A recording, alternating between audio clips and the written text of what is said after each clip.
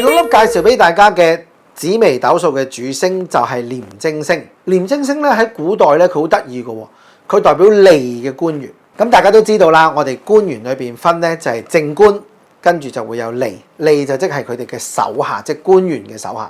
所以以前啲人咧就會稱呼佢為叫做獄卒，即係睇住一啲咧犯咗錯嘅老百姓。不過佢亦都可以代表係咩咧？就係邊關嘅官員。咁而家當然你話梗係冇啦，師傅邊有咁多鎮守邊關啦？咁現代嚟講咧，佢好得意個，佢引申為咗兩樣嘢。第一樣嘢就係桃花星，佢係似桃花星，即係話廉貞星守命嘅人，佢相對地係中意一啲講情情愛愛嘅嘢，但係佢又冇貪狼咁大辣辣，真係講鹹鹹濕濕啊，比較奇奇怪怪。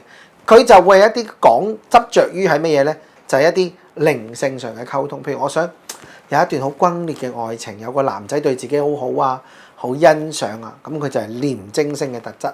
咁頭先都講啦，佢係利啊嘛。當然代表而家嚟講咧，佢雖然係桃花星，但係佢代表都係一板一眼嘅桃花，就唔係酒色財氣，即係唔係一定係要發生關係嗰種，而係一啲好浪漫。